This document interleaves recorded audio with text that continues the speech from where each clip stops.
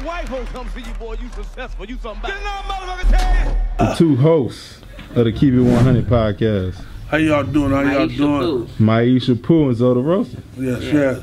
I appreciate y'all for sitting with me. How did y'all come together to do the podcast?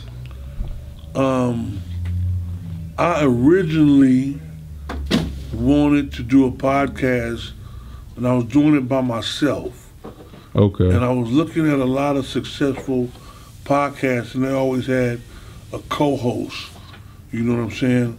My initial co-host was going to be, I wanted to be the boy Richie Rich, but he didn't look as good as she looked. So, oh shit, yeah. Shout out to my nigga Richie Rich. No, he wasn't ready to do a podcast. So I started thinking deeper into it. Like, who the fuck can I get that I gel with, that understands me, you know what I'm saying, that I could do a podcast with? And I thought of her. For sure. She has a story, she has the look, she has the swag, you know what I mean?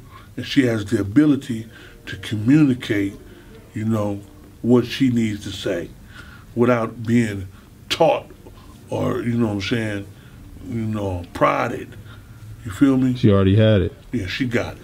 So if y'all can, like, describe the podcast for the people that probably ain't seen it yet. Like, what are we talking about? Is it like topic based, or are we just freestyling it?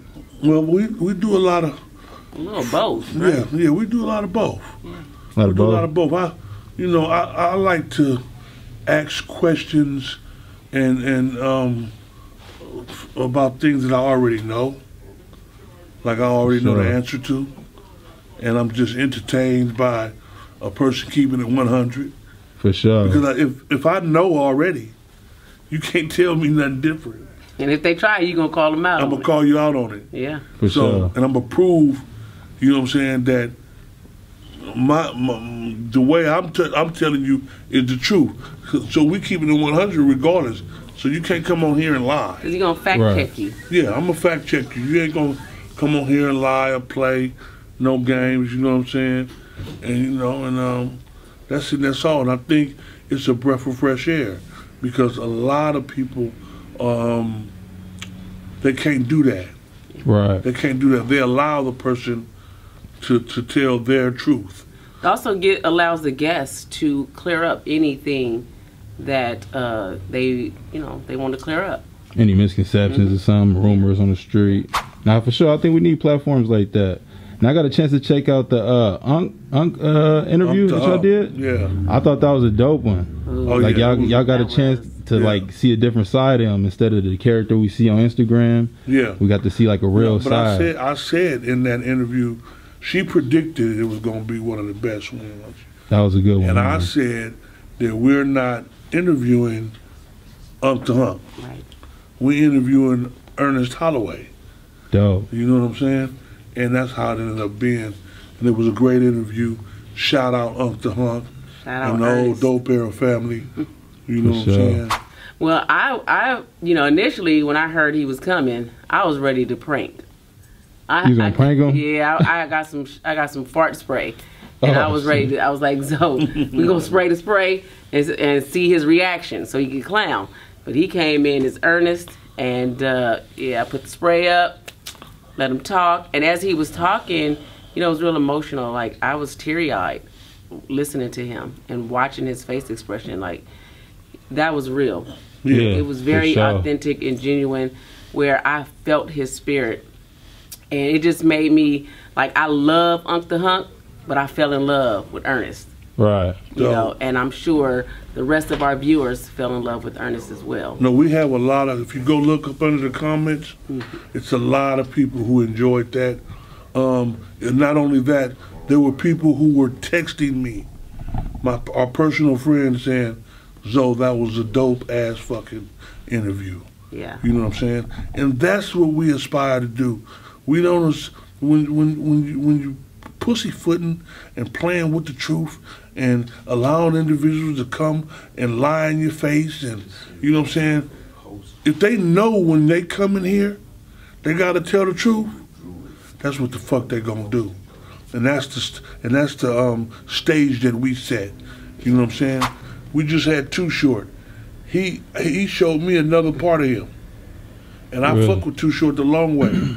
But I've never interviewed Too Short. And he came on with some energy that was outstanding. That show is the most entertaining show thus far. Yes, he was crazy. I gotta check that out. It was very fun. It was fun. Yeah, I gotta check that out. And what he let us see was he was a veteran. Yes. He was a veteran. No, but he was so humble with it too. Yeah, That's what I loved about it. Like the way the world loves Short. Mm-hmm. When you see this interview, you guys gonna have a whole nother love and respect for Short. Trust me. I can't wait to see this. Trust me. Yeah. That was the most entertaining show thus far. But we just dropped Philthy. That was a very interesting podcast. We did you know what I loved about Philthy? What? Is that I think Philthy's interview is gonna help a lot of people that are the underdogs. Right. People that are looked over. Right. You know what I mean? His story, it speaks to those that are looked over. And I think that's gonna give them motivation. Let them know to keep going, keep pushing. Well, I hate he didn't get so caught up on arguing about the things that I was accusing him of. Well, here's the thing. You set the tone. You already said. What's that about? Wait, you already said those that you don't argue about your position. Exactly. So he wasn't gonna do that. I loved that. I loved that he listened and he just went with the flow. You know what I'm saying? And there was a newfound respect for Philthy. Yes. You know what I'm saying? And I'm gonna say that. And we just got to keep on growing and promoting each other to do the right shit, though. You know what I'm saying? And then just to answer your question, I know you was finna say something, but Philthy always came off as very cocky, and a lot of controversy. Okay. Controversial. So me knowing that, I wanted to make sure that we had a conversation about those things without it being controversial. Yeah. You know what I mean? Yeah. I didn't know that y'all had like friction. Like I don't think. Not having friction. No friction over here. No, there was no friction. Controversy meaning the public. It's just him and other people. Oh, because of the King of Oakland thing situation. But he's definitely stepping into his kingdom. The way he sat here and responded. Most definitely, and he I gotta check that out. Okay. He had a great explanation. You know what I'm saying? Like I say, I got a newfound respect for him. You know what I mean? I was always upset at the fact that he's one of the faces of Oakland.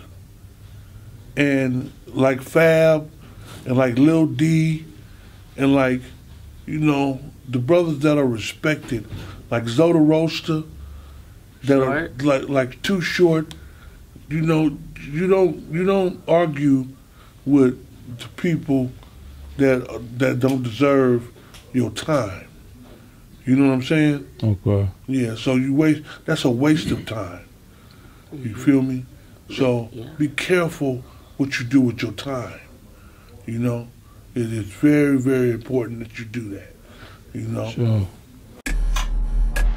Boy, when white folks come see you, boy, you successful. You something back. Didn't I motherfucker tell you?